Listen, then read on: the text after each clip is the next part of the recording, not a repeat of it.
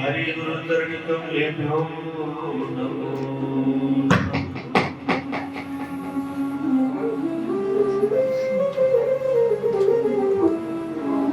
रामं रामानुजं सीतां भरतं भरतानुजं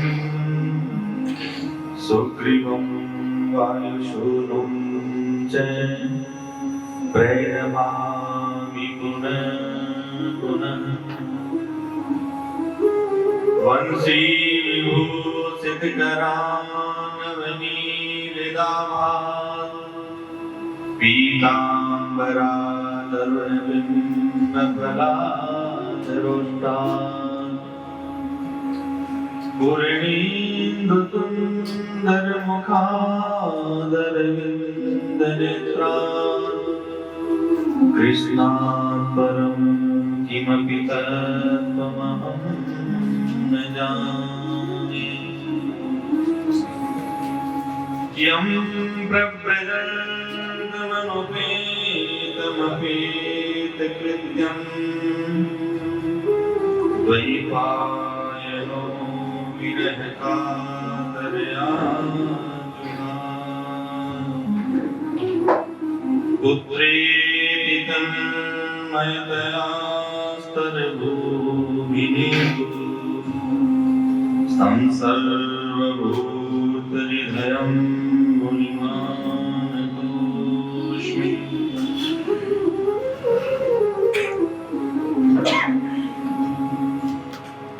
यम् अतुलितबलधामं हेमशैलावदेहं दनुजवनकृशानं ज्ञानिनामग्रगण्यं सकलगुणनिधानं वानराणामधीशं रघुपतिप्रियभक्तं वातजातं नमामि। वाञ्छाकल्पतरुभ्यश्च कृपा सिन्धुभ्यैव च पतितानां पावनेभ्यो श्रीवैष्णवेभ्यो नमो नमः। नमस्ते परमेशानि रासमण्डलवासिनी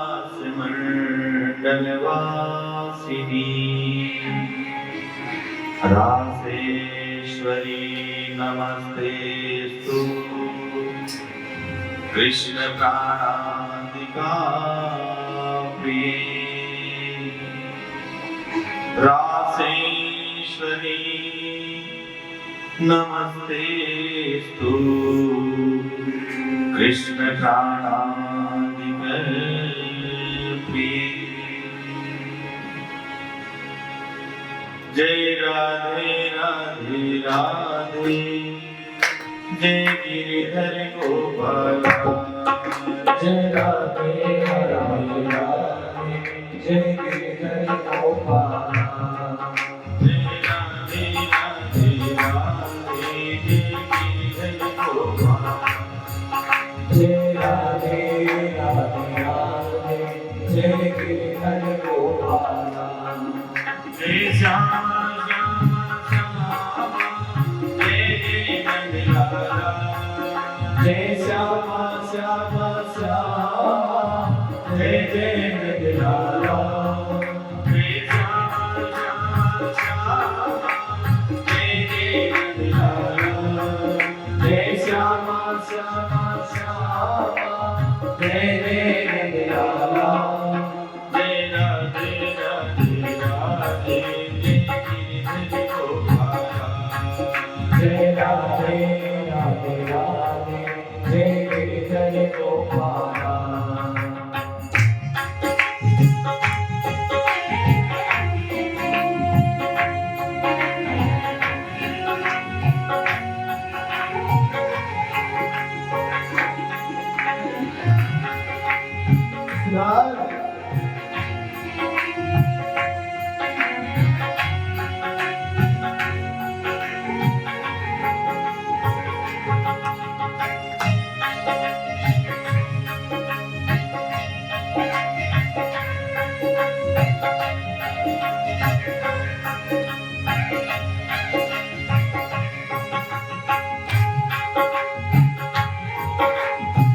श्यामा श्यामा श्यामा जय राधा जय श्यामा श्यामा श्यामा जय जय राधा जय श्यामा श्यामा श्यामा जय राधा जय श्यामा श्यामा श्यामा जय जय राधा जय राधे राधे राधे जय हरे गोपाला जय राधे राधे राधे जय हरे गोपाला जय श्यामा श्यामा श्यामा जय नंदलाला जय श्यामा श्यामा श्यामा जय नंदलाला जय श्यामा श्यामा श्यामा जय नंदलाला जय श्यामा श्यामा श्यामा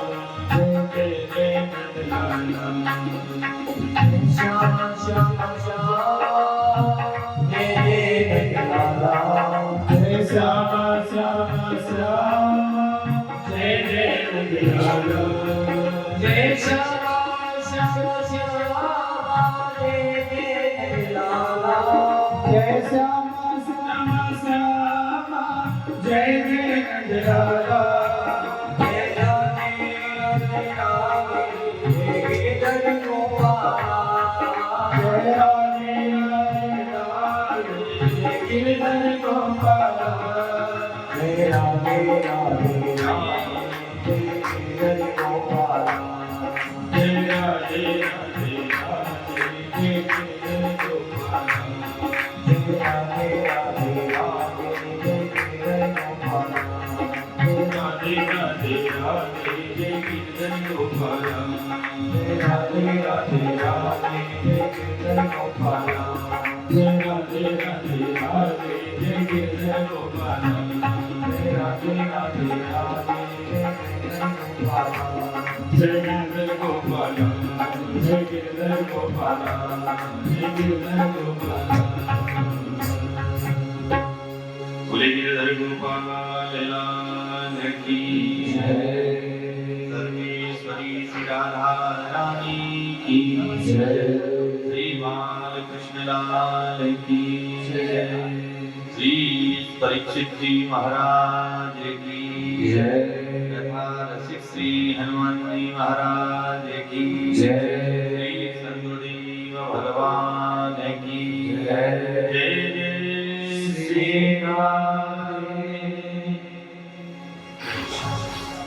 अखंड ब्रह्मांड नायक कर्णवर्णालय प्रात्र ब्रह्म ऐसा ही ये गुणगंगी लया शहर करना की करणामूर्ति भगवान श्री सीताराम जी नंद नंदन यशोदा नंदन ब्रजेंद्र चंद्र आनंद कंद ठाकुर श्री वृंदावन बिहारी लाल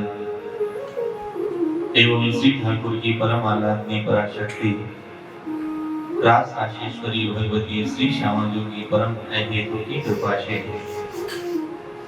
उन्हीं के दिव्य धाम में श्री कृपा कुंज में विराजमान होकर के आप हम सभी अपने जीवन का यह सर्वोत्कृष्ट लाभ प्रकट कर रहे हैं। इष्ट श्री ठाकुर की महनीय करुणा कृपा ही एकमात्र हेतु है कि गायन्तस्य माम नित्यं तुष्यन्ति च रमन्ति च।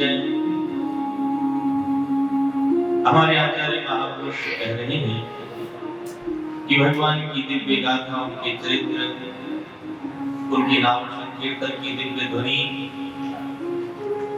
गुणगान करते हुए, गुनगुनाते हुए, अंतर मन में स्थापित करते हुए वे भक्त अपने जीवन के दिव्य क्षणों को जीते हैं। आज कथा का यह द्वितीय दृश्य इस क्षेत्र में हम सब लोग विराजमान हैं। भगवती राजराजेश्वरी की दिव्य चरण सेवा आप सबको मिल रही है।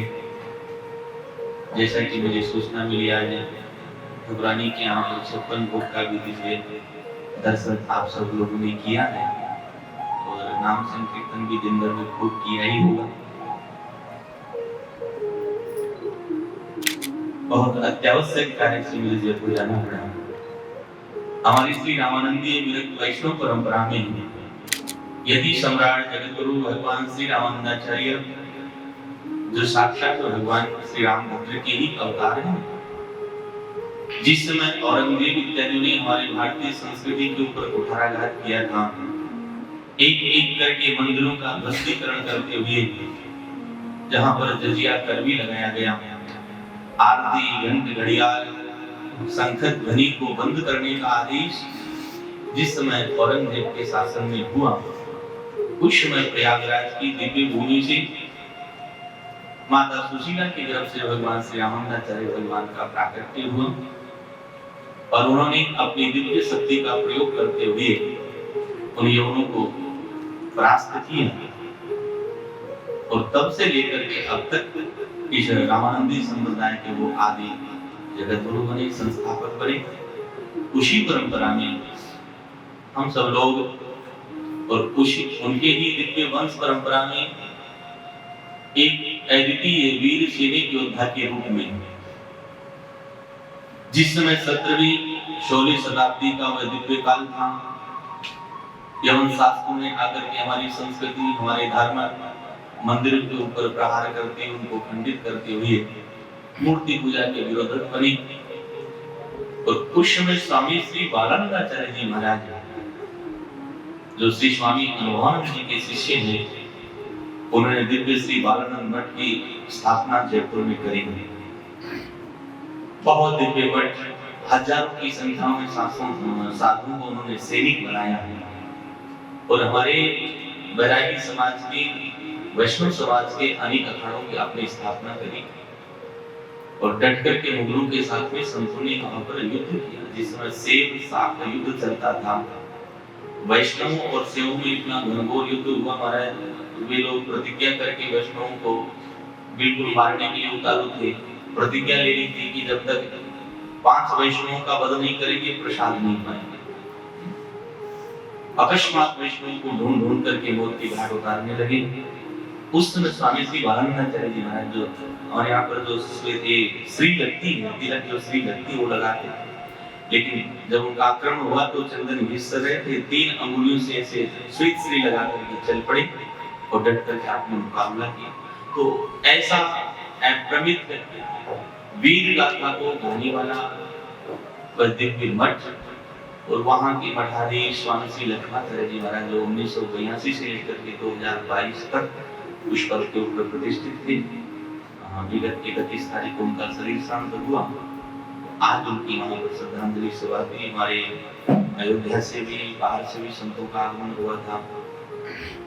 अखिल भारतीय पंथ निर्माणी यानी के हमारे राष्ट्रीय प्रवक्ता महासचिव श्री हरिशंकर दास जी महाराज, खाकी यानी के श्रीमान श्री वैष्णव सम्राट श्री मोहन दास जी महाराज अहमदाबाद गुजरात और राजस्थान प्रांत के प्राय सभी संत महामंडलेश्वरों का आगमन हुआ था, तो इसलिए हमें भी वहां पर जाना पड़ा। तो कहने का तात्पर्य, भगवान हम सबको अपनी दिव्य गाथा में, अपनी दिव्य चरण शरण में रखते हैं। कल की कथा में हम सब लोगों ने भगवान की दिव्य श्रीमद् भागवत की महात्म्य के ऊपर चर्चा करी कि कैसे ज्ञान और वैराग्य के दोनों पुत्र, एक संत का संकल्प हुआ हरिद्वार के परिसर में और उनकी मुक्ति समाश्रित हो गई श्री कलकल निनाद करती भगवती यमुना के तट पर श्री धाम ब्रज में, वृंदावन। आज भक्ति देवी कहती है कि सकल भुवन मध्य निर्धनास्ति विधन्या निवसति निधि तेषां श्री हरिर् भक्तिरेका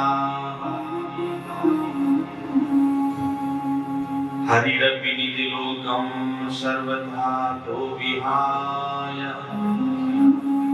प्रविशति निधि तेषां भक्ति सूत्रोपनद्ध। जीवन में हम सबको भक्तिमान बनना चाहिए। भगवान की दिव्य भक्ति की गाथा जिस अंतःकरण में प्रकट हो जाए, भगवान कहते हैं मानव एक भगति कर नाता। भगवान संसार के किसी दूसरे संबंध को ग्रहण नहीं करते। केवल और केवल भक्ति के दिव्य संबंध को आप ग्रहण करते हैं और भक्तिमान जीव का कभी ठाकुर जी परित्याग नहीं करते। व्याधस्याचरणं ध्रुवस्य च वयो विद्या गजेन्द्रस्य काम का जाति यादवपति रुद्रस्य किं पौरुषम खूब जाया किं नाम रूपमधिकं किं तत्सुनामो धनम भक्त्या केवल तुष्यति न च गुणैः भक्ति प्रियो माधव। ठाकुर जी केवल भक्त से प्रेम करते हैं। आप इतिहास पुराण जितने हमारे संतों की दिव्य पौराणिक गाथाएं हैं उन सब का जब हम सब लोग चिंतन करते हैं तो ठाकुर के अंतःकरण में एक भक्त वात्सल्य जो गुण का प्रादुर्भूत होना और भक्त के लिए भगवान क्या नहीं कर देते हैं इन सब का बड़ा विशद विवेचन है। भक्तमाल नामक ग्रंथ में तो भक्तों की इतनी गाथाएं हमारे गोस्वामी ने गाई है, भक्तमाल की रचनाकार ने गाई है कि भक्त के लिए भगवान सहसा अपनी सारी मर्यादाओं को त्याग कर रख देते हैं, अपनी भगवत्ता की शक्ति को कभी प्रयोग नहीं करते हैं और ठाकुर जी एक सामान्य मनुष्य के समान व्यवहार करने लग जाते हैं। भक्त कहकर को ठाकुर ग्रहण कर लेते हैं और सब कुछ करते हुए भक्त की प्रसन्नता के लिए प्रत्येक कार्य को आप करते हैं। इसलिए भगवान ने स्वयं अपनी स्वीकारोक्ति करी है, मैं भक्तन को राज अहम भक्त पराधीन हूं, मैं भक्त का पराधीन हूं। इसलिए भक्ति महारानी भगवान की भक्त वात्सल्य गुण का प्रकटीकरण करते हुए कहती हैं कि ठाकुर सब को छोड़कर के भक्त के अंतःकरण में विराजमान हो जाते हैं। जब नारद जी ने पूछा कि गुरुदेव भक्ति और भक्ति के दोनों पुत्रों की मुक्ति हो गई तो इसमें कौन बड़ी बात है। भागवत की गाथा भागवत का वह चिंतन किसी दुष्ट अंतःकरण को पवित्र कर दे, क्या ऐसा भी कभी हुआ है क्या? तो शंकराचार्य ने कहा, जब पूछा कि के विशुद्धन्ति वदन्तु मह्यम, कौन कौन भगवान की गाथा से विशुद्ध हो जाता है, पाप से निष्कृति उसकी हो जाती है, तो शंकराचार्य कहते हैं कि ये मानवा पापरतस्तु सर्वदा सदा दुराचाररता विमार्गा, जो नित्य पाप में रत रहते हैं, दिन रात पाप कर्म ही करते रहते हैं, क्रोध के अग्नि से अपने आप को दग्ध रखते हैं। कई मनुष्य में इतना क्रोध होता है कि बात बात में क्रोधाग्नि को प्रकट कर देते हैं। कुटिल नहीं, कामी नहीं, वे भी भगवान की दिव्य गाथा को सुनकर के पवित्र हो जाते हैं।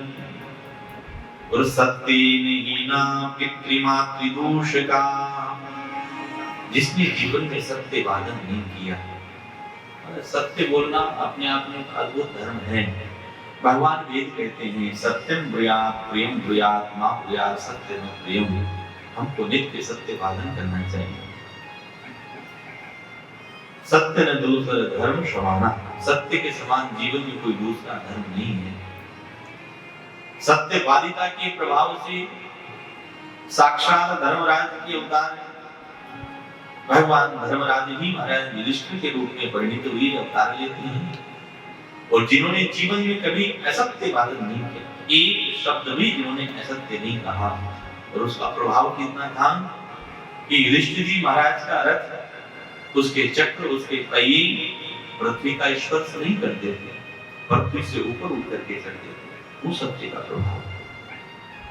लेकिन जिन्होंने जीवन में एक बार असत्य वादन किया अश्वत्थामा के वध के समय, तब से उसका रथ पृथ्वी का स्पर्श करने लगा, और अंतिम यात्रा में सशरीर जब वो स्वर्गारोहण करते हैं, तब राजर्षि महाराज युधिष्ठिर जी उस नरक दर्शन करते हुए स्वर्गारोहण को प्राप्त होते हैं।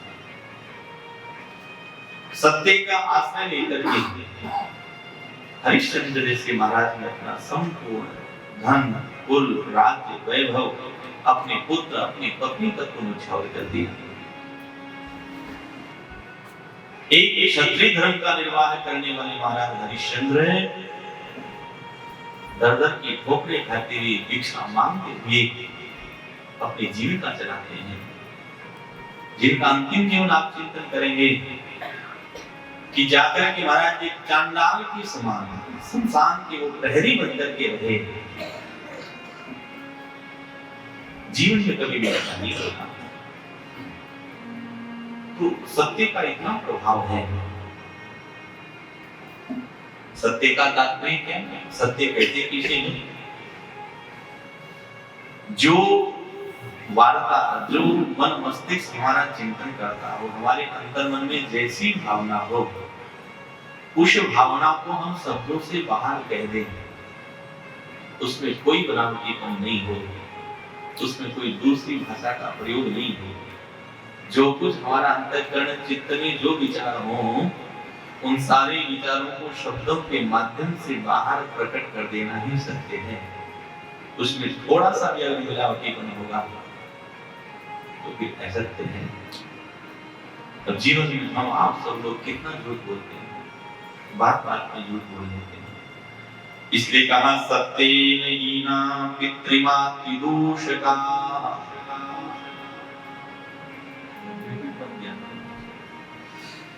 जिन्होंने माता पिता का अपमान किया है, जिन्होंने माता पिता की आज्ञा में रहकर के जीवन नहीं जिया है, वे लोग भी भागवत की शरण ग्रहण करें तो भगवान श्री परीक्षित जी के प्रति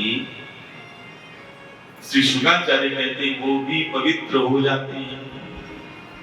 और ये दाम्भिका मत्सरिणो, जो दम्भी है, दम्भी का तात्पर्य जैसे हम है नहीं वैसा हम दिखाने की चेष्टा करेंगे, वो दम्भ है।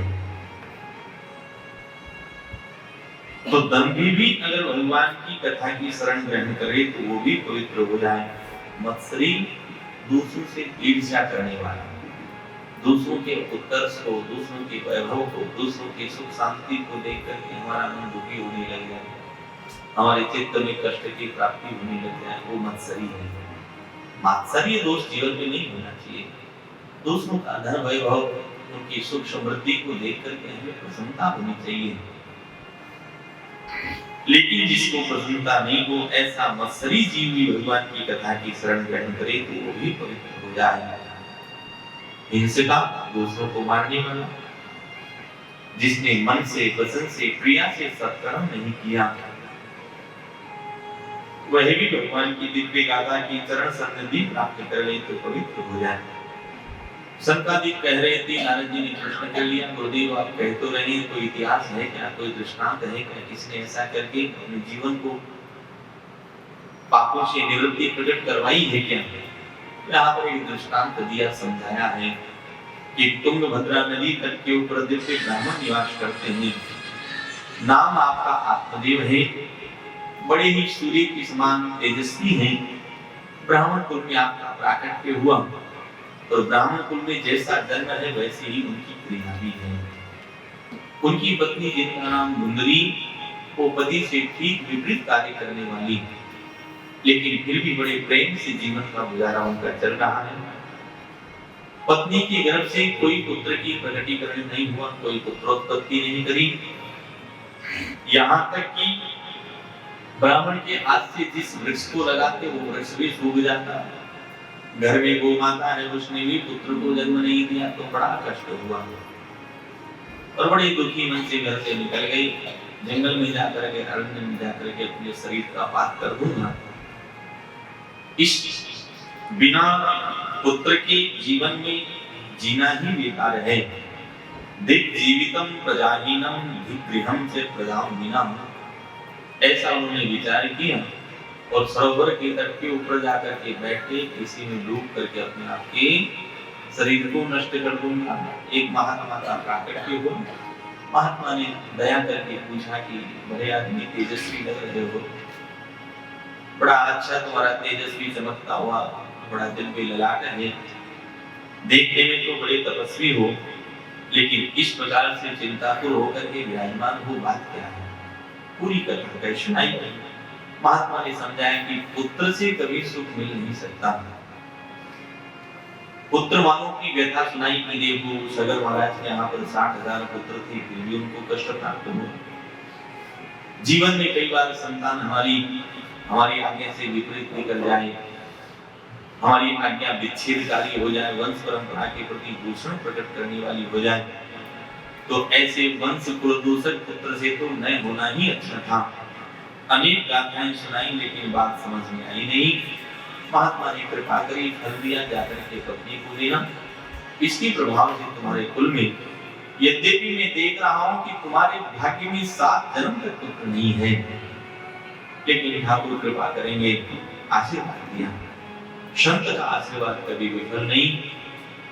पत्नी ने खाया नहीं, अपनी बहन किसी सखी को जाकर के फल दे दिया और अपना कष्ट प्रकट कर दिया। फल पक्षीण गर्भस्यां गर्भो उदरवृद्धिना स्वल्पपक्षं ततो शक्ति गृहे कालीन कथम भवेत्। बोले फल खाऊंगी तो गर्भ होगा तो मेरा पेट बढ़ेगा, मेरा भोजन कम होगा, शक्तिहीन हो जाऊंगी, और कहीं सुखदेव के समान वह पुत्र बाहर ही नहीं निकले तो मुझे तो लगता है कि बड़ा कष्ट होगा। इसलिए निर्णय कर लिया कि मुझे तो बिना पुत्र के ही रहना ठीक है। सहेली उसकी चतुर्थी धन देकर के फल गौ माता को खिला दिया परीक्षा के लिए, और संत प्रसाद से भगवती गौ माता ने एक दिव्य पुत्र को प्रकट किया, जिनका नाम आप सब लोग श्रवण करते हैं, चिंतन करते हैं। श्री गोकर्ण के रूप में उनका प्रकट हुआ। सहेली का पुत्र को ही अपना पुत्र बना करके ब्राह्मण को अज्ञान में रख दिया। उस पुत्र का नाम धुंधकारी हुआ और संत प्रदत्त पुत्र का नाम श्री गोकर्ण हुआ। लेकिन दोनों के व्यवहार में बड़ा अंतर था। एक ज्ञानी है, एक दुष्ट है। गोकर्ण पंडितो ज्ञानी, धुंधकारी महाफल। धुंधकारी बाहर निकलता, छोटे छोटे किसी पुत्रों को पकड़ लेता, नदी सरोवर में ले जाकर के डुबो देता, किसी के घर में अग्नि लगा देता, चोरी कर लेता। आज उसके कष्ट को देख करके पिता को बड़ा कष्ट हुआ। देखिए, संतान के सुयश को देख करके माता पिता को प्रसन्नता होती है। अपने सच्चरित्र कुलानुरूप व्यवहार करने वाले पुत्र के व्यवहार को देख करके सबसे ज्यादा प्रसन्नता माँ बाप को होगी। आप दुनिया में कितना ही पैसा, धन, रुपया सब कुछ कर लो, लेकिन आपका व्यवहार ठीक नहीं है, कुल के अनुरूप आपका चाल चलन नहीं है, आपका आहार विहार नहीं है, आपका आचरण नहीं है, तो इससे बड़ा कष्ट अपने माँ बाप के प्रति दूसरा तो जीवन में हो नहीं सकता। आज धुंधकारी के चरित्र को देख करके वो धुंधकारी तो ब्राह्मण कुल में प्रकट हुआ, लेकिन साक्षात भगवान श्री शुक्राचार्य कहते चोरः सर्वजनद्वेषी। गांव में कोई उससे प्रेम करने वाला नहीं था, सब उससे द्वेष करने वाले थे। पर वैष्णव प्रदीप कह दूसरों के घरों में आग लगाने वाला ना तो बना कौन उससे प्रेम करता। और हिंसक शस्त्रधारी, कोई कहता तो मारने के लिए दौड़ पड़ता, शस्त्र हाथ में रखता। चांडाल की समान उसका व्यवहार हो गया, मांस भक्षण करने लग गया, मदिरा पान करने लग गया। यहाँ तक कि वेश्याओं के कुसंग से आज पिता को बड़ा कष्ट हुआ। विचार किया कि संत ठीक कह रहे थे कि संतान से कभी सुख मिल नहीं सकता। एकांत में बैठे बैठे चिंतन कर रहे थे, गोकर्ण जी का आगमन हुआ और ये 2 मंत्र हमारे श्रीमद् भागवत का संपूर्ण सार नाम में रख दिए, जिसको गोकर्ण गीता का भी नामकरण हुआ। गोकर्ण जी ने आकर के समझाया है, देहस्तिमा सुरधुरी पश्यामि जगदिदं क्षणभंगनिष्ठं वैराग्यरागरसिको भवभक्तिनिष्ठः।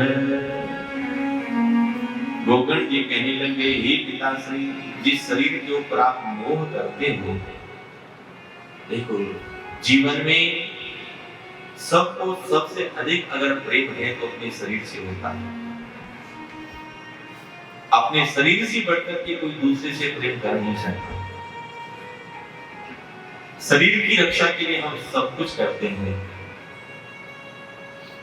लेकिन इस शरीर का हम चिंतन करें, अपनी देह का हम चिंतन करें कि जिस देह से हम कितना प्रेम करते हैं, वास्तव में उस देह का वास्तविक स्वरूप क्या है। तो गोकर्ण जी कह रहे हैं देहस्ति, इस देह में हड्डी है। थोड़ी सी चमड़ी को हटा करके अगर हम देखें, जो सुंदर स्वरूपवान जो शरीर है उसके भीतर का दृश्य हमारा दर्शन करें, तो इसका हड्डी है, मांस है, रुधिर है, यही तो सब है। तो ये शरीर का वास्तविक स्वरूप है। तो धीरे धीरे जब वास्तविकता का पता चलेगा तो शरीर से हमारी ममता हट जाएगी, और शरीर से ममता हट जाए तो फिर संबंधियों से ममता को हम विच्छेदन कर लेंगे। कि जाया सुता दिसु सदा ममता विमुंचः, इस शरीर के प्रसाद हमारा प्रेम होता है जाया। जाया कहते हैं अपनी अर्धांगिनी, अपनी धर्म पत्नी से हम प्रेम करते हैं, फिर अपने संतान से प्रेम करते हैं, फिर समाज से प्रेम करते हैं, मित्रों से प्रेम करते हैं। तो फिर सबके संबंधों का हम चिंतन करो कि जिस अर्धांगिनी को हम सप्तपदी चल करके, सप्त वचन दे करके जन्म जन्मांतर के संबंध को ग्रहण करते हैं, वास्तव में वो जाया आपका संग कब तक देती है? जब तक साक्षात परमात्मा भगवान श्री जगन्नाथ इस आत्मा रूपी परमात्मा को इस शरीर को ग्रहण करके रखते हैं, तब तक। जिस दिन जिस क्षण भगवान का दिव्य अंश व आत्मा हमारे शरीर से निगमन कर जाता है, इस संसार का कोई संबंध हमसे प्रेम नहीं करता। फिर तो कहते हैं कि अब जल्दी निकालो, उस शरीर को कहते हैं जल्दी ले चलो, बड़ा देर हो गया। कि नारी गृहद्वारि जना संसाने, वह नारी जो आपसे बड़ा प्रेम करती थी, उसका संग कहाँ तक? तो नीति कहती है गृहद्वारि, घर की चौखट से आगे उसका कदम बढ़ता नहीं, शरीर के साथ केवल घर की चौखट तक रहेगी। और जना संसाने, जिन मित्रों को, जिन संबंधियों को हम अपना मानते थे, जिन संबंधी कहाँ तक का संग देंगे? बोले केवल शमशान तक। भगवान अग्निदेव के समर्पण करके आपके शरीर को नष्ट कर देंगे, उसके बाद उनका संग कभी आपके साथ में होगा नहीं। और पशुवत्स गोष्ठे, जिन पशु पक्षियों को हम बड़ा प्रेम करके बांधते हैं, पालते हैं, चुगा दाना डाल करके उनका पोषण करते हैं, उनका संग भी केवल उन पिंजरों तक, उन गोष्ठ के गौशाला तक, उनके तक रहेगा, उसके बाद उनका संग भी नहीं रहता। इसलिए कहा जिस ममता को बाद में छोड़ना है उसको पहले क्यों नहीं छोड़ते? तो गोकर्ण जी ने कहा पिताजी आप परिवार के कष्टों को देख करके दुखी मत होइए। आपका पुत्र ऐसा कार्य करता है तो उसका अपना कर्म है, आप अपने मन को अशांत क्यों करते हो? ममता में से हमसे ममता को आप परित्याग कर दीजिए, और फिर आप अपने शरीर का भी तो दर्शन करो। ये शरीर हमेशा हमेशा तो है नहीं, एक दिन शरीर को नष्ट होना ही है।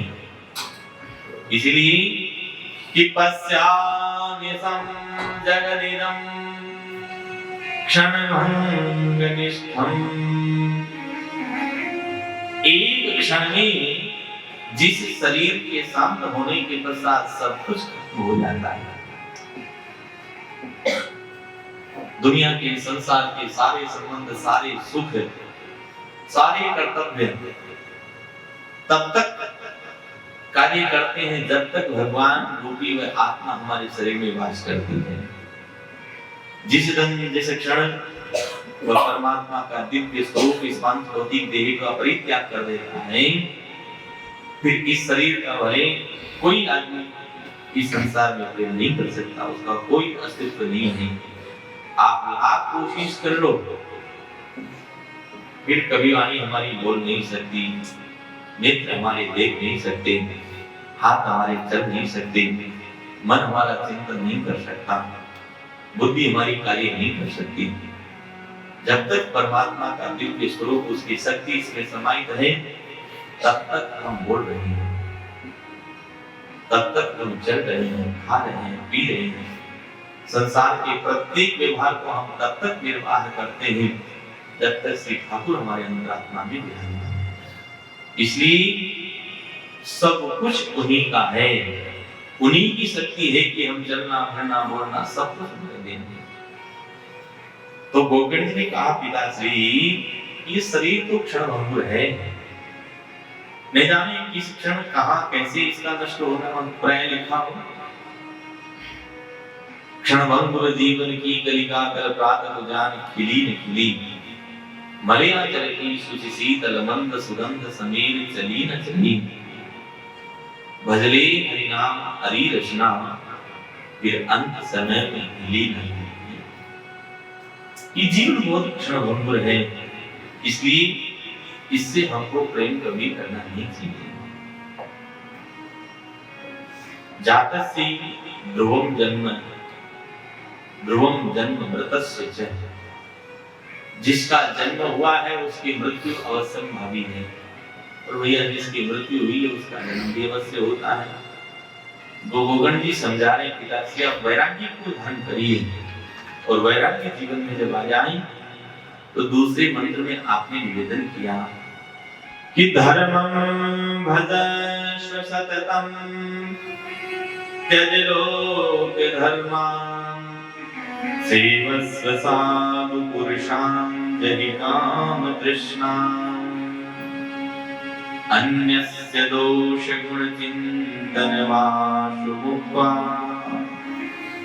सेवा कथा दशमो नितरां विपत्तम्।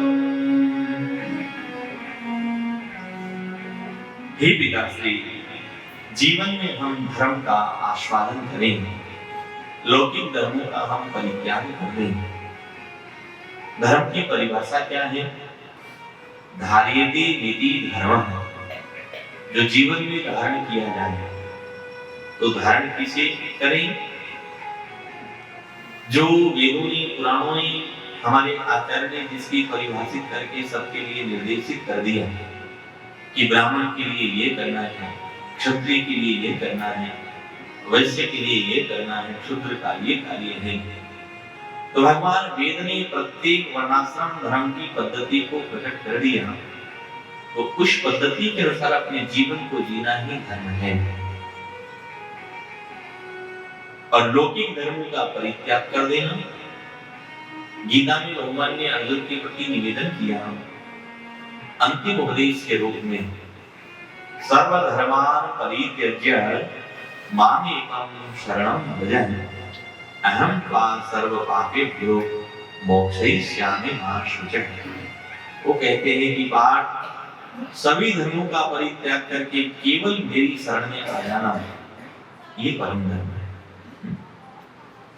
जीवन में माता पिता के हम भक्त बने, धर्म है। गुरुदेव की आज्ञा में रहकर के हम शिक्षा ग्रहण करें, ये धर्म है। अपने परिवार के प्रत्येक संबंधों का ख्याल रखें, धर्म नीति के अनुसार आचरण करें। मित्र, स्वजन, समाज, राष्ट्र उत्कर्ष के लिए हम कार्य करें, ये धर्म है। लेकिन कभी जीवन में अपनी आत्मा की संतुष्टि के लिए हम जीवन मुक्त बनकर के भगवान के भक्त कैसे बने, हम जीवन मुक्त बनकर के नाम के रसिक कैसे बने, हम जीवन मुक्त बनकर के ठाकुर की दिव्य भक्ति को अपने अंतःकरण में कैसे प्रकट करें। अगर वह पद्धति को ग्रहण करना है तो वो है परम धर्म। फिर सारे धर्म का परित्याग हो जाता है और केवल भगवत चरण अनुरागी बनकर के भगवान की दिव्य भक्ति योग को हमारे जीवन में प्रकट कर लें, वो आदेश है परम धर्म का। इसलिए गीता के अंतिम अध्याय के माध्यम से हमारे महान ऋषि गीता गायक भगवान श्री गोविंद पाठ के प्रति कहते, पाठ अब सब धर्म का निर्वाह आपने कर लिया है, अब केवल और केवल परम धर्म को तुम अपनाना। परम धर्म का तात्पर्य मेरो तो गिरधर गोपाल दूसरो नहीं कोई। जीवन में फिर किसी दूसरे संबंधी की आवश्यकता नहीं है। बीच में किसी दूसरे धर्म के आचरण की आवश्यकता नहीं हो। इसलिए आज गोकर्ण जी भी यही निवेदन कर रहे हैं कि हे पिताश्री, आप धर्म का आस्वादन करते हुए अब केवल भगवान की दिव्य चरणों की शरणागति को ग्रहण करिए। तो वह धर्म का आस्वादन कैसे होगा, उसकी प्रक्रिया बताइए। कि सेवस्व साधु पुरुषां जहि काम तृष्णा। परम धर्म कहां से आएगा? सेवस्व साधु पुरुषां। जब तक आचार्य महान मनीषी उनके दिव्य वाले दिव्य योग को प्रकट करने वाले उन आचार्यों की चरण सन्निधि, उनकी चरण सेवा जीवन में नहीं आएगी, तब तक वह परम धर्म भी हमारे जीवन में प्रकट नहीं हो सकता। संत सद्गुरु आचार्य के प्रति हमारी कैसी श्रद्धा है।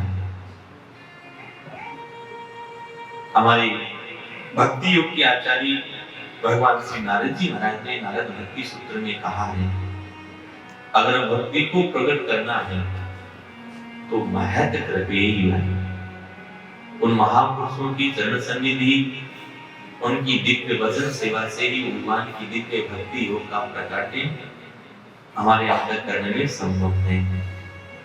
इसलिए अब जीवन में कभी दूसरों के प्रति गुण दोष की चिंतन की आवश्यकता नहीं हो और सेवा कथा रसन हो नितराम विवर्तम। फिर सेवा का भाव जीवन में आ जाए, भगवान की दिव्य रस गाथा का हम श्रवण चिंतन अनुमोदन करने लग जाए, नित्य अपने गुणगावली से भगवान के दिव्य नाम ध्वनि, ठाकुर के दिव्य सुंदर श्रृंगार की छवि हमारे अंतःकरण में प्रकट हो जाए। कभी ठाकुर के सामने बैठ करके हम चिंतन करें कि हमारे बिहारी जी आज कितने सुंदर लग रहे हैं। रास राशेश्वरी के समक्ष खड़े होकर के भगवती के दिव्य श्रृंगार को निहार करके हमारा मन, हमारा चित्त गदगद हो जाए कि भगवती की सुंदर छवि कैसी है। आइए एक भजन का आनंद लें, विशेष चर्चा उसमें कर सकते हैं। बोली भक्त वत्सल भगवान की जय।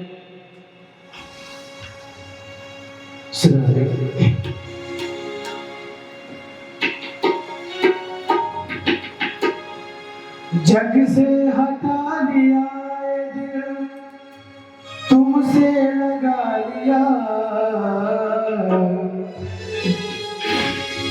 जग से हटा लिया दिल, तुमसे लगा लिया।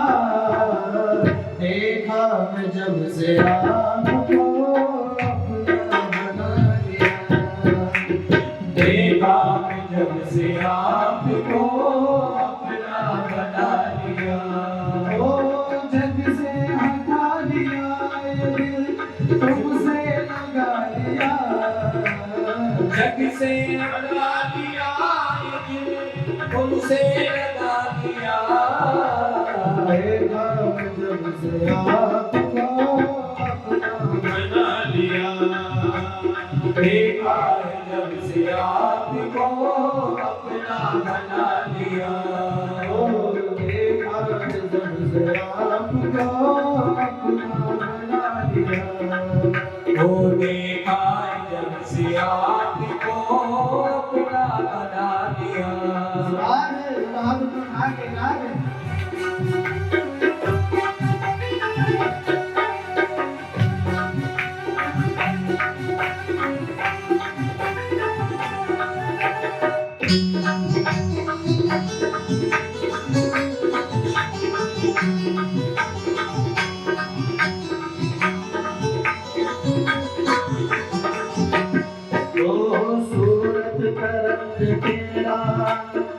जैसे मुझ पे छाया सूरत का रंग तेरा, जैसे मुझ पे छाया सूरत का रंग तेरा, कुछ ऐसे मुझ पे छाया सूरज का रंग तेरा, जैसा मुझ पे छाया।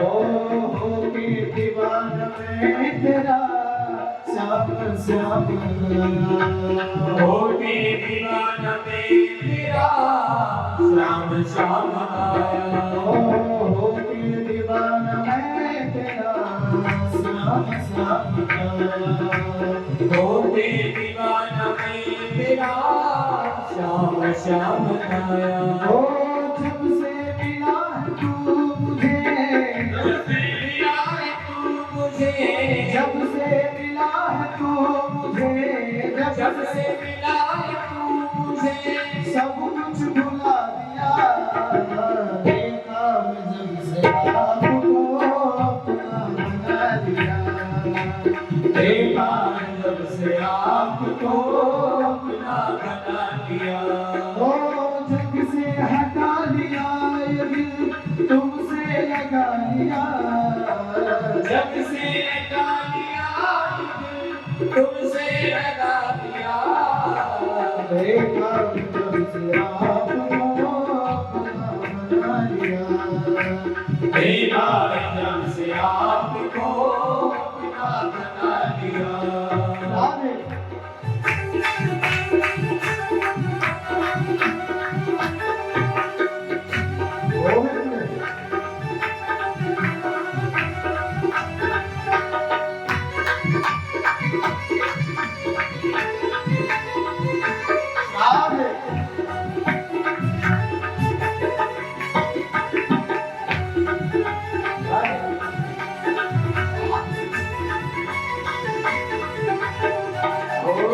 चाहता है रात दिन देखा करूं तुझे जी जाता है रात दिन देखा करूं तुझे ओ जी चाहता है रात दिन देखा करूं तुझे जी जाता है रात दिन देखा करूं तुझे ओ मेरे प्यारे श्याम जी अपना बना मुझे मेरे प्यारे श्याम जी अपना बना मुझे ओ मेरे प्यारे श्याम जी अपना बना मुझे मेरे प्यारे श्याम जी अपना बना मुझे ओ तेरी याद में बिहारी तेरी याद में बिहारी तेरी याद में बिहारी तेरी याद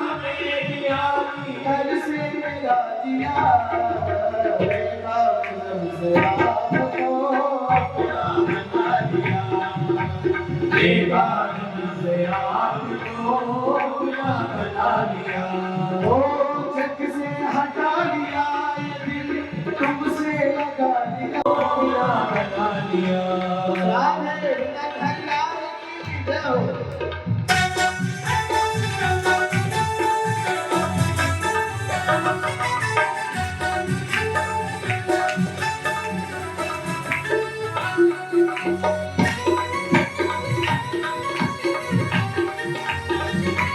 राधे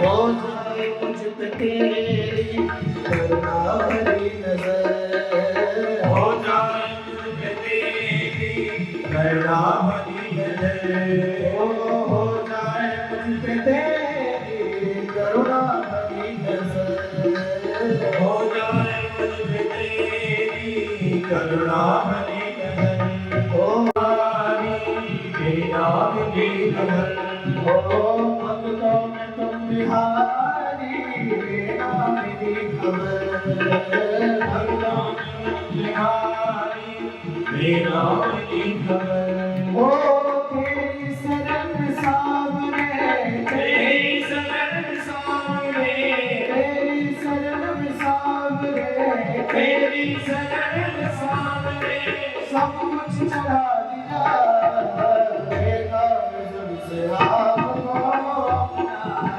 बना दिया देखा जब से आपको अपना बना दिया ओ जग से हटा दिया ये दिल तुमसे लगा दिया जग से हटा दिया तुमसे लगा दिया ओ देखा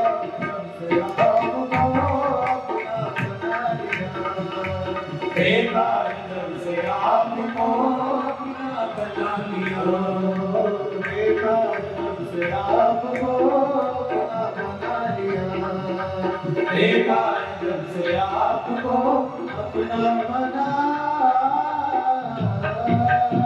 लिया। बोलिए श्री कृष्ण बिहारी लाल की जय। बोली भक्त वत्सल भगवान की। गोकर्ण जी ने जहां समझाया और पिता श्री आत्मदेव के अंतःकरण में दिव्य भाव प्रकट हुआ है, उसी क्षण जंगल में चले गए और यहाँ वर्णन आया है श्री कृष्ण मापनियतम दशमस्य पाठान। भगवान की दिव्य गाथा को गाते गाते दशम स्कंद का चिंतन करते करते आप गोविंद को प्राप्त हो गए। पिता की मृत्यु के पश्चात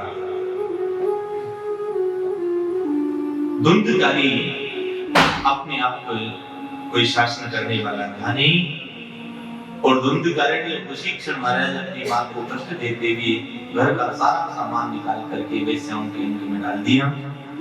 धीरे धीरे धनहीन हुआ। वेश्याओं ने देखा कि धन तो इसके पास बचा नहीं, मदिरा पान करा करके रस्सियों से बांध करके जब चिल्लाने लगा तो जलते हुए अंगारे डाले मुंह में और उसकी मृत्यु हुई। उसी के घर में गड्ढा खोद करके दफना दिया। अकाल मृत्यु होने से वह प्रेत बना। गोकर्ण जी तीन घाटों के पश्चात जब ब्राह्मण लौट करके आए, विभिन्न स्वरूपों को प्रकट करता हुआ धुंधकारी डराने लगा। गोकर्ण जी ने पूछा कि तू है कौन? उसने अपना कष्ट निवेदन किया। अहम भ्राता परियोष्मि, कि मैं आपका भाई हूं। अपने दोस्त से मैंने अपने ब्राह्मणत्व धर्म को नष्ट कर दिया। गोकर्ण जी ने कहा तुम्हारे लिए तो मैंने गया में श्राद्ध किया था, फिर भी तो मुक्त नहीं हुए। उसने कहा भ्राता श्री, मेरा दोष इतना बड़ा है क्योंकि माता पिता की मृत्यु का कारण ही मैं ही हूं। गया साल के पश्चात भी उस प्रेत की मुक्ति नहीं हुई। क्यों नहीं हुई? कि जीवन में सारे दोषों का समन हो सकता है, लेकिन जिसने जन्म दिया है, जिसने पाला पोषा बड़ा किया, सब कुछ दिया आपको, अगर उसी के चित्त में हम कष्ट प्रदान करने वाले हो जाएं, तो उसकी मुक्ति कभी संसार में हो नहीं सकती। इसलिए धुंधकारी की मुक्ति नहीं हुई। गोकर्ण जी ने वचन देकर के कहा कि मैं तुम्हें मुक्ति का उपाय जरूर बताऊंगा, तुम्हारे लिए जरूर वह कार्य करूंगा। तो भगवान सूर्य नारायण के बड़े भक्त थे गोकर्ण, स्तंभन कर दिया। महाराज तपस्या की वो शक्ति है कि साक्षात भगवान सूर्य भी अस्ताचल को गए नहीं। भगवान सूर्य ने आकाशवाणी करी कि कोई श्रेष्ठ कर्म करो, मंगल कर्म करो, सुयश करो। तो वह श्रेष्ठ कर्म क्या है? संतों से जाकर के पूछा तो निवेदन किया कि श्रीमद् भागवतान मुक्ति सप्ताह वाचनम कुरु, कि केवल श्रीमद् भागवत के पारायण से उस प्रेत की मुक्ति संभव है। ऐसा जब सुना तो गोकर्ण जी महाराज ने बड़ी दिव्य श्रीमद् भागवत का साप्ताहिक रूप से पारायण किया है। यह विधि है कि प्रेत अपनी इच्छा से चल नहीं सकता, खा नहीं सकता, बैठ नहीं सकता।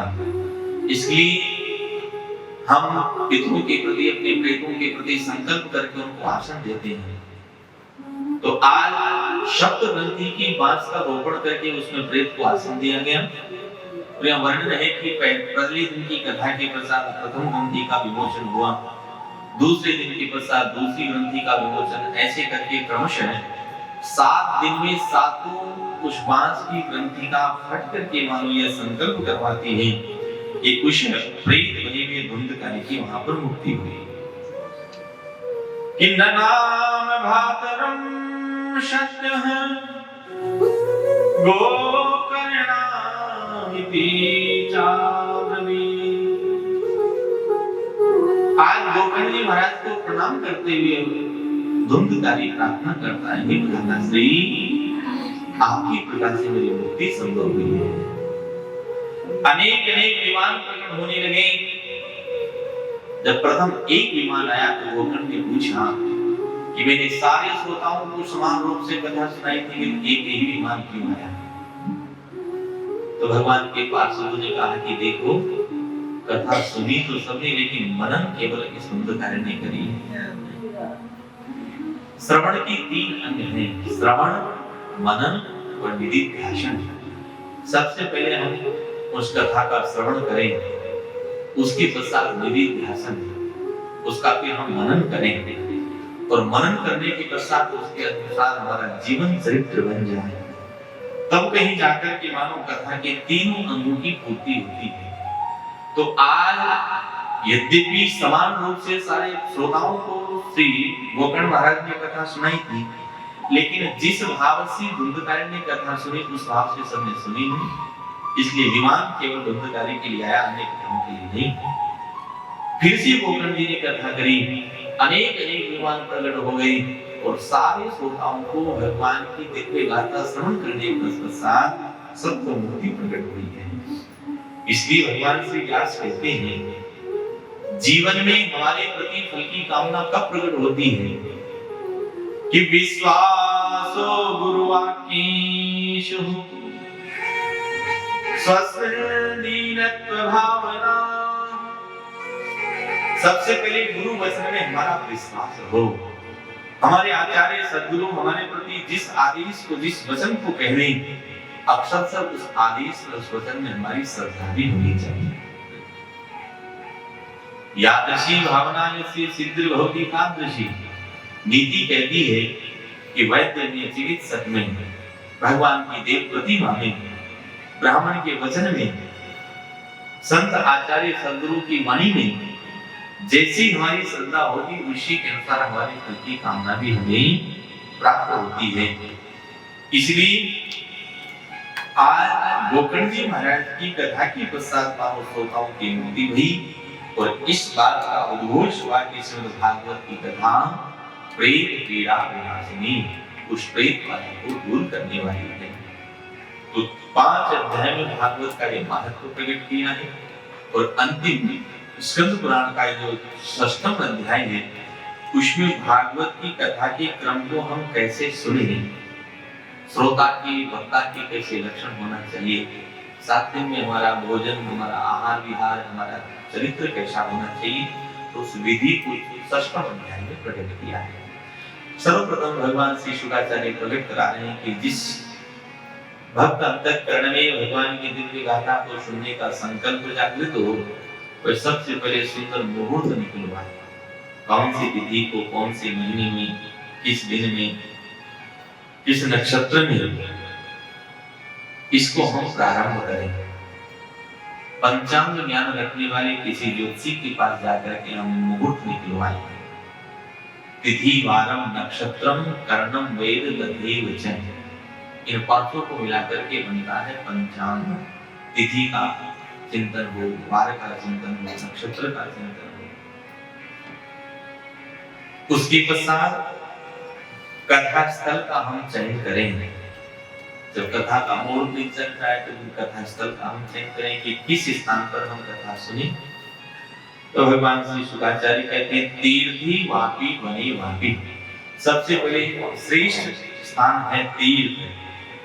तीर्थ को श्रेष्ठ इसलिए कहा कि घर से, परिवार से, संबंधों से हम दूर आ जाते हैं और फिर केवल भगवान की दिव्य गाथा में हमारा चित्त लगेगा। भगवान के दिव्य चरणों से संतरित उस भूमि का दर्शन होगा, भगवान की लीला विहार क्षेत्रों की हम परिक्रमा करेंगे, दर्शन करेंगे, तो घर से हमारा मोह ममता हट जाएगी। लेकिन मोबाइल साथ में लाओ तो फिर हटने वाली है नहीं। पल पल की अपडेट में लेते रहे कि हाँ पोती ने खाया कि नहीं, सोई कि नहीं, मैड ने पोछा लगाया कि नहीं, कपड़े धोए कि नहीं, यही होता है। तो फिर कोई मतलब रहा नहीं। तीर्थ में जाकर के वहां की कनेक्शन तो बिल्कुल आप अलग कर दो, तो फिर तीर्थ की भावना को जीवन में हम रखें।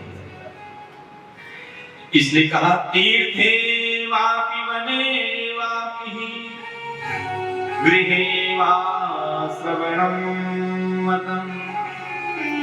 अथवा किसी निर्जन वन में चले जाए जहां पर कोई दूसरा नहीं हो, एकांत हो, शांति हो, अगर ऐसा स्थान नहीं मिले तो अपने घर में ही बता सो, लेकिन वहां पर प्रबंध हो कि पर्याप्त बैठने की भी आवश्यकता हो, श्रोताओं को कोई तकलीफ नहीं हो, शांति से सब कथा सुन सके।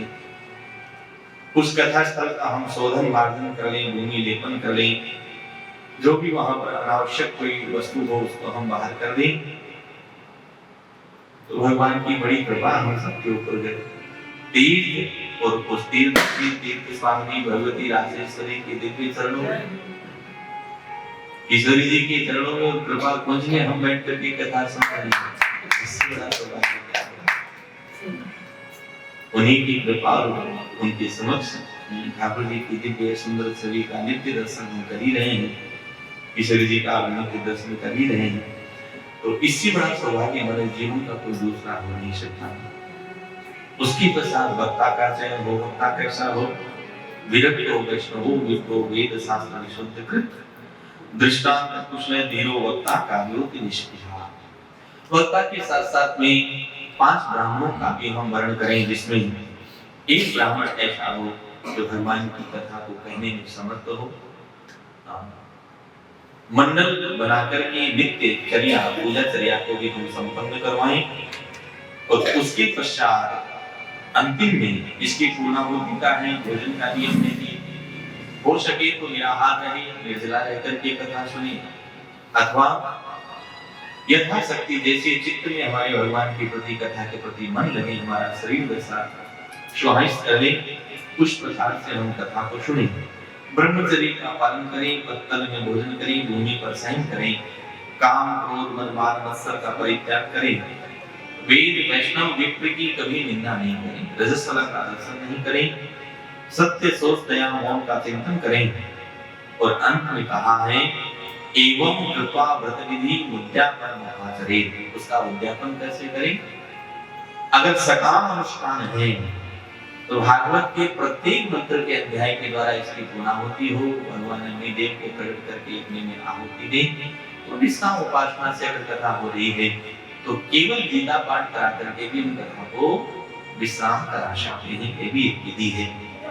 तो या खूब व्यवस्था हो तो जगह से खूब भोजन कराओ, भंडारा करो, खूब दान दक्षिणा दो, लेकिन अगर पर्याप्त व्यवस्था नहीं हो तो भोज ही 12 ब्राह्मणान पश्चात भोजयेत मधुपायसे, कम से कम 12 ब्राह्मण को हम जरूर प्रसाद करवाएं, उनको स्वर्ण धेनु इत्यादि देकर के संतुष्ट करें, दान दक्षिणा देकर के आचार्य का पूजन करें, ब्राह्मणों का पूजन करें, और अंत में भगवान नाम संकीर्तन करते हुए इस यज्ञ को हम विश्राम दें। ऐसी इसकी विधि है कि श्रीमद् भागवतम पुराण तिलकम यद वैष्णवानां धनम। ये भागवत पुराण तिलक है, वैष्णव का परम धन है। इसमें ज्ञान वैराग्य भक्ति की दिव्य त्रिवेणी बहती है। इसका जो स्पर्श कर ले, इसका जो चिंतन कर ले, इसको कहने लग जाए अथवा सुनने लग जाए, विचार करने लग जाए, वह भी साक्षात भक्ति को प्रकट कर देता है। ऐसा इसे भागवत का महात्मा वर्णन किया है। और प्रथम स्कंद में प्रवेश करते हुए भगवान ने परब्रह्म परमात्मा सत्य स्वरूप उस अधिष्ठान की दिव्य प्रार्थना करी है कि जन्माद्यस्य यतोऽन्वयादितरतः चार्थे स्वविज्ञस्वरा तेने ब्रह्मनिधाय आदिकवये मुह्यन्ति यत्सूरयः तेजो वारिमृदां यथा विनिमयो यत्र त्रिसर्गो वृषा धाम्ना स्वेन सदा निरस्तकुहकं सत्यं परं धीमहि। श्रीमद् भागवत का यह प्रथम मंत्र 12 स्कंदों के माध्यम से 18,000 दिव्य मंत्रों से भगवान ने दिव्य स्कंद का गायन किया है। मंगलाचरण की विधि को करके भगवान श्री शुक्राचार्य वर्णन कर रहे हैं, जिससे इस जगत की सृष्टि स्थिति प्रलय होते हैं, क्योंकि वही तद्रूप पदार्थों में अनुगत है, असत पदार्थों से पृथक है, जड़ नहीं है, चेतन है, वह स्वयं स्वतंत्र नहीं है, स्वयं प्रकाश है। इसलिए भगवान ने यहाँ पर उस शब्द को कहा है कि स्वराट। स्वराट का तात्पर्य जो स्वस्मिन् राजते विधि स्वराट, अपने ही तेज से संपूर्ण सृष्टि को जो प्रकट करता है, अपने ही तेज से जिस सृष्टि का पालन करता है और पुनः अपने ही तेज में संपूर्ण सृष्टि को जो विलीन कर देता है, वह स्वयं प्रकाशक परमात्मा भगवान श्री हरि, जिसकी लीला को देख करके बड़े बड़े मुनि जन भी मोहित हो जाते हैं। मुह्यन्ति ते सूरयः, या सूर्यगण कहकर के ब्रह्मा इत्यादि की लीलाओं का चिंतन किया है कि नंद नंदन की द्वापर की दिव्य लीलाओं को निहार करके चतुर्मुख ब्रह्मा भी जब प्रतिलीलाओं का दर्शन करता है तो मोहित हो जाता है। भगवान श्री नंद नंदन जब छाप लेकर के वृंदावन के दिव्य वन में पधार गए, कलकल निनाद करती भगवती कालिंदी के दिव्य तट पर विराजमान होकर के त्रिभुवन ललित छवि से जब किसी कदम वृक्ष के नीचे विराज करके भगवान पैर लगाते हैं, उनकी दिव्य छवि को देख करके साक्षात देवता लोग अंतरिक्ष से पुष्प वर्षण करते हुए भगवत लीला का गुणगान करते हैं। आज उन्हीं लीलाओं को देख करके ब्रह्मा भी मोहित हो गए। और ब्रह्म कैसा है? बोले तेजो वारिवृदाम यथा विनिमयो यत्र त्रिसर्गो वृषा। यद्यपि ये संसार असत्य है, लेकिन फिर भी भगवान की माया से हमको सत्य प्रतीत होता है। हम जानते हैं कि हमारी मृत्यु असंभावी है, ये शरीर हमारा अपना नहीं है, ये संबंध हमारे अपने नहीं है, ये परिवार धन दौलत जितना भी मायाजाल संसार का है ये साथ जाने वाला है नहीं। लेकिन फिर भी हम जीवन पर्यंत उस संसार को बनाने में लगे रहते हैं। यही माया है। भगवान कहते माया संसार में सुख नहीं, लेकिन सुख प्रतीत होता है, सुखाभास दिखता है। ये संसार का स्वरूप दुखालय शाश्वतम, नित्य दुख को प्रकट करने वाला यह संसार है। लेकिन फिर भी संसार में रहकर के हम सुख की कामना के लिए कार्य करते हैं। ये कैसा? वेदांत की परिभाषा में इसको कहा है कि जैसे रात्रि में आपका पैर किसी रस्सी से लग जाए तो आपको सहसा प्रतीत होता है कि किसी सर्प ने हमारे पैर को जकड़ लिया है, पकड़ लिया है। तो रस्सी में सर्प का भय प्रकट हो जाना, जल में तेज के द्वारा उस राशि का प्रकट हो जाना, यही मृग मरीचिका है। संसार सुख नहीं, लेकिन सुख दिखता है। तो भगवान कहते हैं धामना स्वेन सदा निरस्तूकम सत्यम परम धीमहि। लेकिन वह परमात्मा अपने सत्य स्वरूप में स्थित होकर के प्रत्येक जीवधारी के अंतःकरण में अपने दिव्य ज्ञान को प्रकट करवाते हैं। ऐसे परमात्मा का मैं ध्यान करता हूँ। द्वितीय मंत्र में श्रीमद् भागवत का महत्व प्रकट हुआ और तीसरे मंत्र में रसिक महानुभाव श्रोताओं का आह्वान किया है। निगम कर प्रकलो गलितम मुखम शोभाग्रमृत संयुतम पिबत भागवतम रसमालयम मुहुरहो रसिका मुयुभावका। कि भगवान की दिव्य गाथा जहां मिल जाए, जैसे मिल जाए, वहीं पर हमको इसका आह्वान करना चाहिए। भगवत भक्ति का महत्व प्रकट करते हुए 24 अवतारों की प्राकट्य कथा को यहाँ पर निवेदित किया है। ये संपूर्ण अवतारों की कथाएं श्रीमद् भागवत के प्रत्येक क्रम के अनुसार 12 स्कंद में भगवान श्री शुभाचार्य ने गाया। वह परब्रह्म परमात्मा सर्वप्रथम 4 स्वरूपों में प्रकट हुआ, सनक सनंदन सनातन और सनत कुमार। उसके पश्चात द्वितीय जमतुम भवाम से दूसरा अवतार भगवान का बड़ा अवतार हुआ। तीसरा अवतार साक्षात देवर्षि नारद के रूप में ठाकुर का प्राकट्य हुआ। चौथे अवतार के रूप में नरनारायण ऋषि आप बने हैं।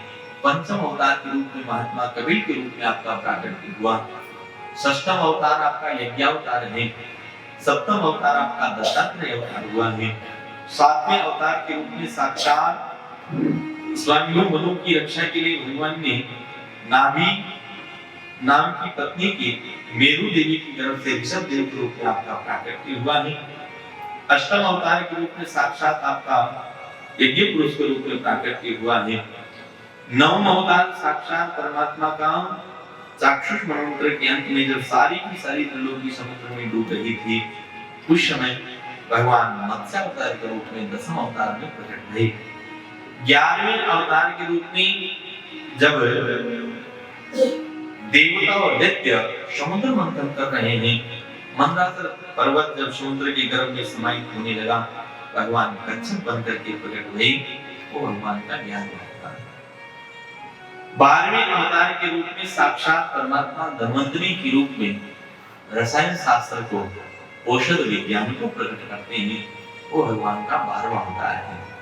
और 13वें अवतार के रूप में साक्षात मोहिनी अवतार लेकर के परमात्मा का प्राकट्य हुआ। 14वें अवतार के रूप में साक्षात भगवान श्री भक्तराज प्रहलाद के ऊपर कृपा करके भी श्री नृसिंह अवतार के रूप में आप दर्शन दे रहे हैं। और पंचदशम वामनकम,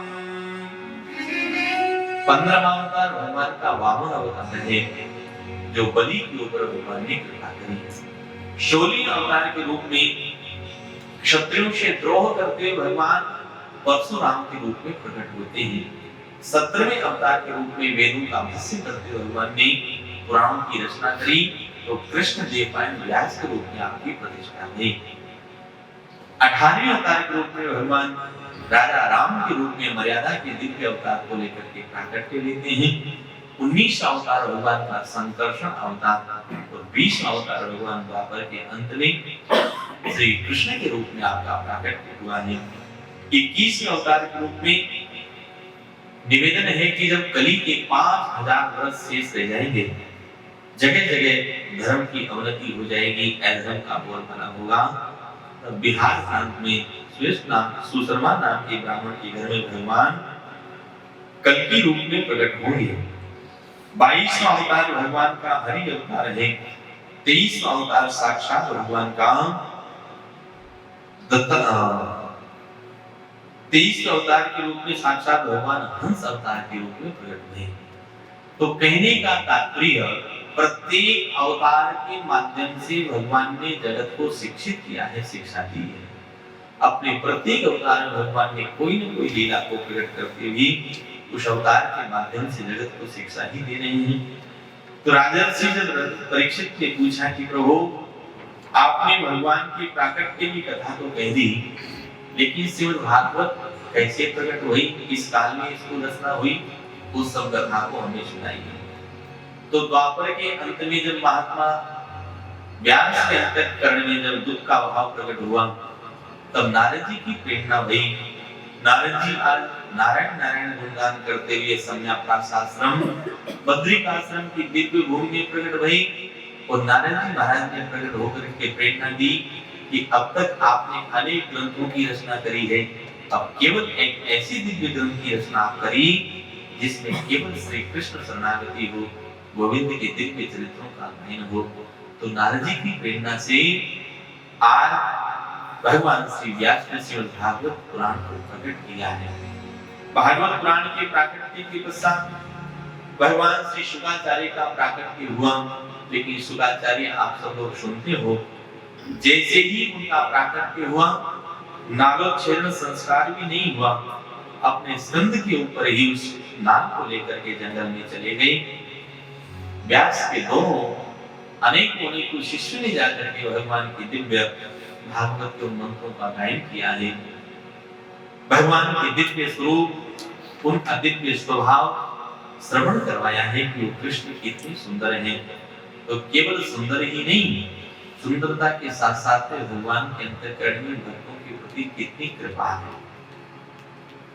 जब उन्होंने गाया कि अहो बकीयम स्तनकालपूर्णम जिह्वांसया पाययदप्रसाद्भिः लेभे गतिं धातृचितां ततोऽन्यं कं वा दयालुं शरणं व्रजेमः। भगवान व्यास के ब्रह्मचारी वो ब्राह्मण पुत्र जाकर के कह रहे हैं कि परमात्मा कितना कृपालु है। अरे जो पूतना मारने की इच्छा से भगवान तक गई हो, अपने वक्षस्थल के ऊपर, कुसुम के ऊपर दिव्य हलाहल विष का लेप करके गई थी कि कृष्ण को मार करके राजा कंस की प्रसन्नता को मैं प्राप्त करवा लूंगी। लेकिन हमारे गोविंद इतने कृपालु हैं कि मारने वाले को भी मातृ गति प्रदान कर देते हैं। तो भला ऐसे परमात्मा के अलावा इस संसार में कौन ऐसा शरण्य है जिसकी हम शरण को ग्रहण कर लें? भगवान श्री शुक्राचार्य उत्तर के आ गए, पूरे श्रीमद् भागवत ग्रंथ का आकलन पानी किया है, इसका अध्ययन किया है। भगवान जब परीक्षित ने पूछा कि मेरे गुरुदेव भगवान श्री शुक्राचार्य की प्राकट्य कथा तो आपने कही, अब मेरा प्राकट्य कैसे हुआ? भगवान की कथा के जो प्रथम वशिष्ठ होता है राजर्षि परीक्षित, उनका प्राकट्य कैसे हुआ? जब महाभारत का युद्ध अपने अंतिम चरणों में था, एक परिवार की युद्ध की विभीषिका जब इतनी फैल गई, रक्त रंजित कुरुक्षेत्र का वह रणांगण, जगह जगह जहां पर रक्त की नदियां बह रही हैं, हड्डी चर्म गिरी हुई कटे हुए मस्तक रुंड मुंड करके पूरी की पूरी मेदनी व पृथ्वी आज शरीरों से पूरी की पूरी व्याप्त है। कहीं कोई ऐसी जगह नहीं जहां पर हड्डी चर्म सब इत्यादि का दर्शन नहीं हो। भगवान श्री गोविंद की कृपा से पांचों पांडवों ने अपने विजय की पताका को फहराया और अंतिम चरण में युद्ध है। धृतराष्ट्र का ज्येष्ठ पुत्र दुर्योधन, जिनकी गदाओं को महागदाधारी भीम ने रक्त रंजित करके विदीर्ण कर दिया है, भीम के शरीर का कोई अंग ऐसा नहीं था जहां से रक्त की धाराएं बही बह रही हो। एक वृक्ष का आश्रय लेकर के कराह रहा था, रुदन कर रहा था। उसी क्षण उनके पास में कृतवर्मा कृपाचार्य और श्री अश्वत्थामा का प्रवेश हुआ। अश्वत्थामा ने कहा, मित्रवर, आपको डरने की आवश्यकता नहीं है। अभी द्रोणाचार्य पुत्र मैं अश्वत्थामा जीवित हूं, इसलिए युद्ध को आप समापन की घोषणा नहीं करिए। आपकी प्रसन्नता के लिए मैं सब कुछ करने के लिए तैयार हूं, मेरे प्रति आप आदेश करें। अश्वत्थामा की इस प्रकार के विकृत वचनों को सुनकर के महाराज दुर्योधन ने निवेदन किया है कि मित्र, मुझे जीवन में कुछ नहीं चाहिए, लेकिन मेरी अंतिम इच्छा है कि मैं कटे हुए उन पांडवों के 5 मस्तकों का दर्शन करूं। कटे हुए भीम के मस्तक को मैं देखना चाहता हूं। अश्वत्थामा ने कहा, मित्र, चिंता मत करो। अपने बहते हुए रक्त की धार से ही मानो मस्तक पर ललाट पर तिलक लगा करके अभिषेक कर दिया। 2 सैनिक दे दिए कि मेरी सेना के 2 सैनिक और इनका सेनापति आज आपके कंधे पर है। अश्वत्थामा वहां से निकले हैं। आज विजय रात्रि की अंतिम रात्रि है। भगवान गोविंद जानते थे अश्वत्थामा जरूर कुछ न कुछ उत्पात करेगा, इसलिए पांडवों को शिविर से बाहर कर दिया। अश्वत्थामा ने प्रवेश किया है। उस अर्धरात्रि में सोते हुए सबसे पहले अपने पिता के हत्यारे धृष्टद्युम्न के मस्तक को काट करके अलग कर दिया। द्रुपद पुत्र धृष्टद्युम्न, जो द्रौपदी के ज्येष्ठ भ्राता था, एक शिविर में प्रवेश करते हुए देखा 5 पुत्र जो द्रौपदी के सो रहे थे, यही 5 पांडव है ऐसा जान करके एक एक करके मस्तक को काट करके महाराज अपने पीताम्बर में बांध करके ले आए। महाभारत में बहुत विशद वर्णन है इस कथा का। दुर्योधन के सामने 5 मुंडों को डाल करके कहता है कि मित्र, जिस कार्य को आचार्य द्रोण, पितामह भीष्म,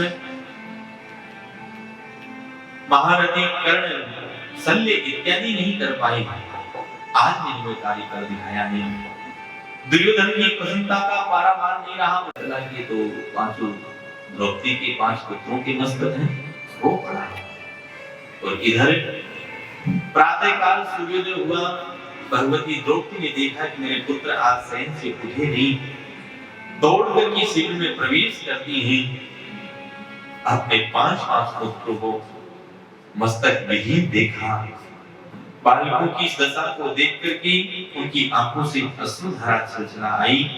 रुदन करने लगे कि माता शिशूनां निधनं श्रुतानां निसम्य घोरं परितप्यमाना।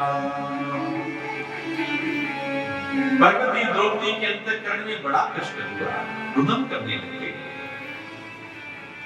अपनी प्रिया के रोते हुए वचनों को सुनकर के गांडीवधारी अर्जुन ने देखा, रहा नहीं गया, गले से लगा करके समझाने लग गया, पांचाली तुम चिंता मत करो, तुम्हारे पुत्रों का हत्यारा कहीं दूर नहीं ले आया। आज की संध्या का सूर्यास्त नहीं होगा, वो सूर्य के रहते रहते तुम्हारे पुत्रों के हत्यारे को तुम्हारे कदमों में लाके डाल दूंगा। प्रतिज्ञा कर ली। दौड़ पड़े अर्जुन, भगवान का आदेश किया, रथारूढ़ होकर के गोविंद पाठ के सहित चले हैं। दौड़ते हुए देखा अश्वत्थामा दौड़ रहा था। डांट करके दुर्योधन के मित्र अश्वत्थामा को चेष्टा करते हुए भगवान के दिव्य प्रभाव से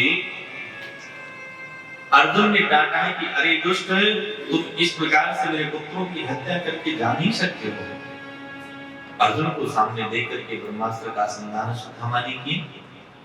इधर अर्जुन ने भी ब्रह्मास्त्र का संधान किया, लेकिन भगवान ने समझाया है, ऋषियों ने समझाया कि अभी प्रलय का समय नहीं है। लेकिन समझाने के पश्चात भी कुछ अश्वत्थामा की बात समझ में नहीं आई। उसने चिंतन कर लिया कि अब तो मैं संपूर्ण पृथ्वी को पांडवों से शून्य कर दूंगा। ऐ पांडवम निधम कर्तुम, पांडवों के वंश को सर्वथा नष्ट कर दूंगा। इस भाव से उसने ब्रह्मास्त्र की दिशा को अवरोधन करते हुए चला दिया, संचालन कर दिया। कहां चलाया? बोले साक्षात पांडव वंश की कुलवधु, विधवा कुलवधु, जो साक्षात भगवती उत्तरा अभिमन्यु की पत्नी है। अभिमन्यु वो वीर गोविंद का शिष्य है। अभिमन्यु अस्त्र शस्त्र की जितनी शिक्षा दीक्षा है भगवान श्री कृष्ण ने अभिमन्यु को दी है।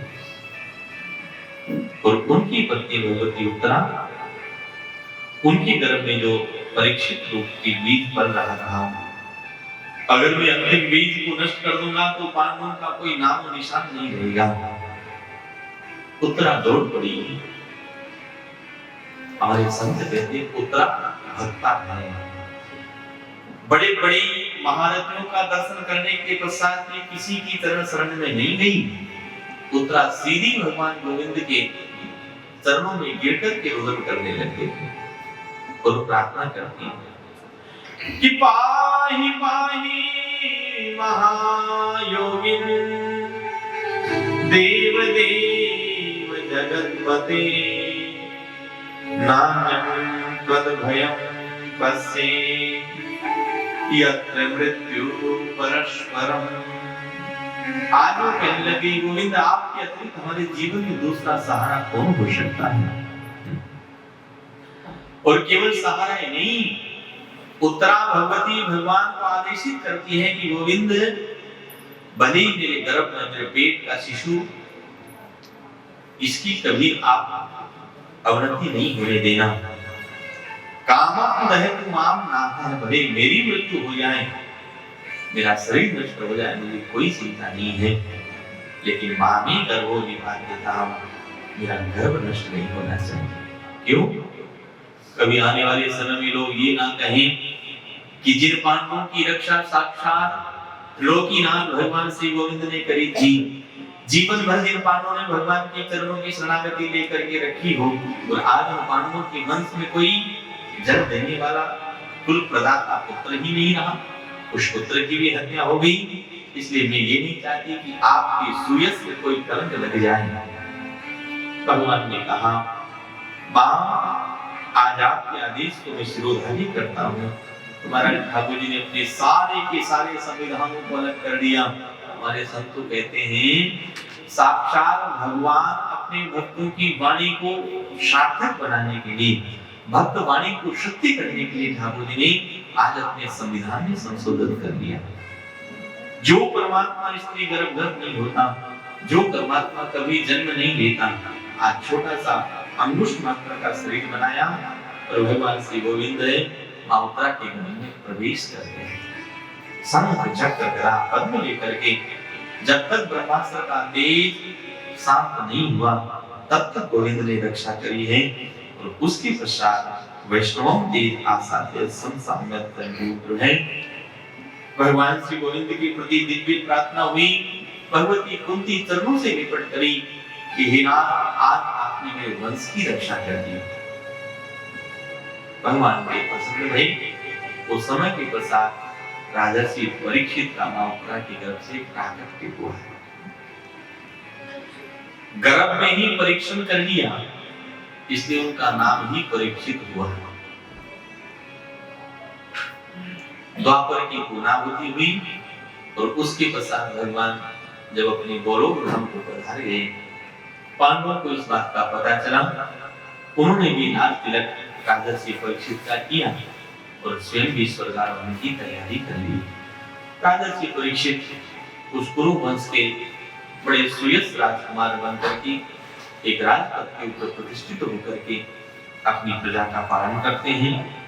आप सब लोग सुनते हैं, आखेट के लिए आप गए, अपने सैनिकों से अलग हो गई, एक ब्राह्मण का अपमान हुआ, गले में बल सर्प डाल करके आ गए। ब्राह्मण पुत्र ने देखा कि मेरे पिता के गले में सर्प है, बड़ा क्रोध किया और ब्राह्मण ने हाथ में संकल्प लेकर के राजर्षि परीक्षित को श्राप दिया कि इति लंघित मर्यादं तक्षकः सप्तमे धनी दंशिष्यति कुलांगारः चोदितो मे ततद्रुतम्। जिस किसी दुष्ट ने मेरे पिता के ऊपर ये मृत सर्प गले में डाला है, यही मृत सर्प आज के सप्तम दिवस तक्षक बनकर के उसका हत्या करेगा, उसका दंश करेगा। राजर्षि परीक्षित को इस बात का पता चला, रुदन करने लगा। पुत्र के रुदन को सुनकर के ऋषि के नेत्र खुले, पूछा, पूरा प्रश्न पता हुआ और इधर ऋषि ने जाकर के परीक्षित के प्रति कहा कि भगवान आपका अपराध महान अपराध हुआ है, इसलिए 7वें दिन आपकी मृत्यु होगी।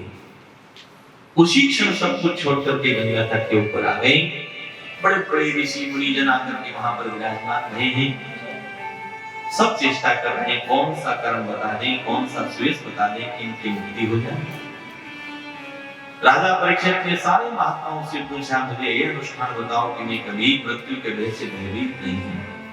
कोई मुनिजन बता नहीं पाए। अंत में साक्षात भगवान श्री गोविंद ही श्री शुकाचार्य के रूप में प्रकट भए और षोडश वर्षीय सुंदर स्वरूप बना करके भगवान श्री सुखदेव उस सभा में पधारे। बोले श्री सुखदेव भगवान की जय।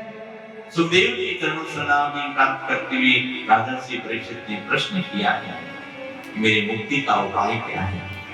यहाँ से द्वितीय स्कंद में भगवान ने प्रवेश किया और राजर्षि परीक्षित के प्रति भगवान 10 लक्षणों से युक्त श्रीमद् भागवत का दिव्य महत्व प्रकट कर रहा है। तो कहने का तात्पर्य वो राजर्षि परीक्षित जिसके जीवन में भगवत कृपा जन्म से पूर्व प्राप्त है, जिनका अभी मातृगर्भ से प्राकट्य नहीं हुआ है, उससे प्रथम ही भगवान का दिव्य दर्शन जिनको गर्भ में हो गया, उस राजर्षि को श्राप क्यों मिला। हमारे संत इसमें कहते हैं कि मानो भगवान की दिव्य गाथा की कुछ महत्व को पूरे संसार में आपके द्वारा प्रकट करवाना था, इसलिए राजर्षि परीक्षित को भगवान की दिव्य कथा का प्रधान श्रोता बनना पड़ा और श्रोता बनकर के अपने आराध्य की दिव्य गुणावली का श्रवण करके संपूर्ण संसार में आपने उसके सुयश को प्रकट किया। तो प्रथम स्कंद के तथ्य विवेचन भगवान श्री शुकाचार्य प्रकट कर रहे हैं। शेष चर्चा को हम सब लोग कल के कथा सत्र में श्रवण करेंगे। आइए एक भजन के माध्यम से श्री किशोरी जी के चरणों में हम सब लोग अपनी हाजिरी लगाएं, उसके पश्चात आरती का दर्शन। बोलिए भक्त वत्सल भगवान की जय, श्री राधा रानी की जय।